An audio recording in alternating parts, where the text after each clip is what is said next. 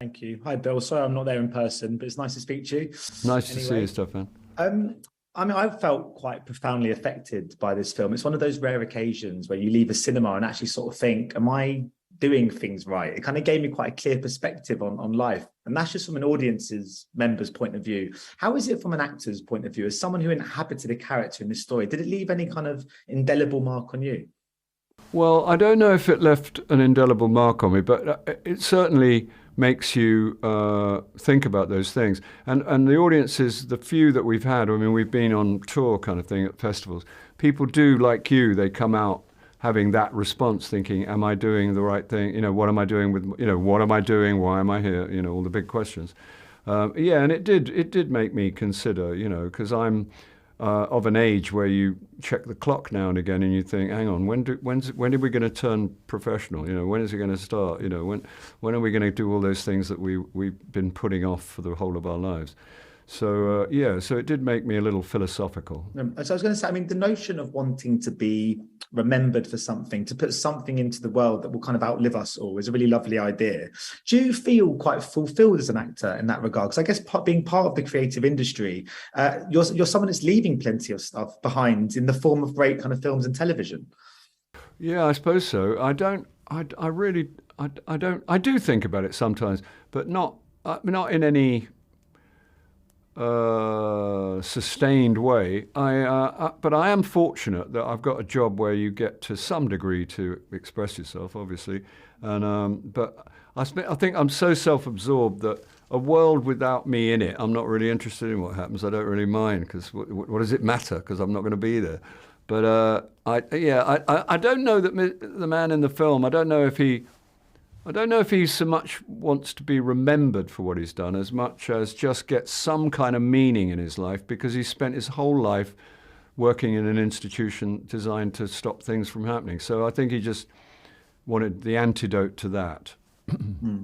There's a great scene in the bar when you sing, which I found quite moving. And I used to act at school and I loved it, but I hated singing. I could make an arse of myself in front of hundreds of people, but felt so self-conscious singing. I just wondered how you felt about that scene. Do you find it taps into like a different sort of nerves? Do you perhaps feel more vulnerable singing, or for you, is it much of the same as it would be doing any other sort of scene?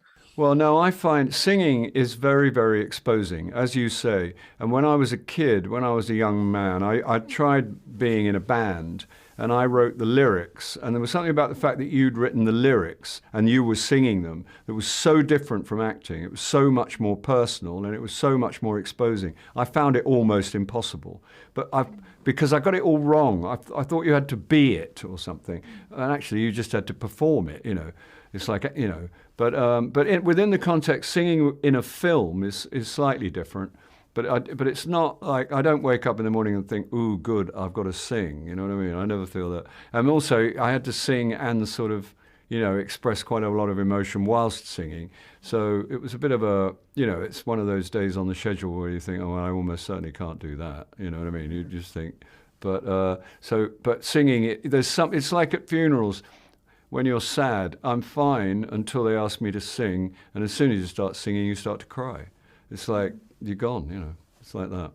I mean, there's a lovely tone and look to this film. It's a really kind of visual feast. I think what Oliver's done, even by making some of the more kind of monotonous aspects, or the kind of the repetitive side of the kind of industry the character works in, even looks kind of so kind of special, I think, in that. And I'm just wondering, because he did such a remarkable job, did you feel like on set you got a sense for the look and feel of how the film would be, or is that something that kind of comes in post?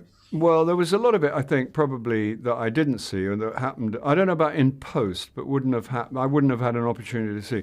But I knew that something special was happening because Jamie Ramsey, the cinematographer, and Oliver, as you say, Oliver Hermanus, they came as a kind of package. They'd worked together before, and they are absolutely incredible. And I knew that they'd studied films from that period. Oliver said that he saw part of his responsibility was kind of to make a black and white film in color, and the designer Helen Scott was, you know, brilliant and made, and between them they combined to give it that atmosphere. So I kind of knew that something different was happening. Yeah. Yeah, look brilliant. I can't wait to meet Oliver later. But anyway, thank you so much, Bill. Best of luck with the release of the film. I'm sure we'll catch up again soon. Thank you, Stefan. Bye-bye. Ladies and gentlemen, you're watching Hey You Guys! Hey You Guys, huh? Hey, you guys. Is that from the Goonies? It is indeed, yes. Nice. Hey!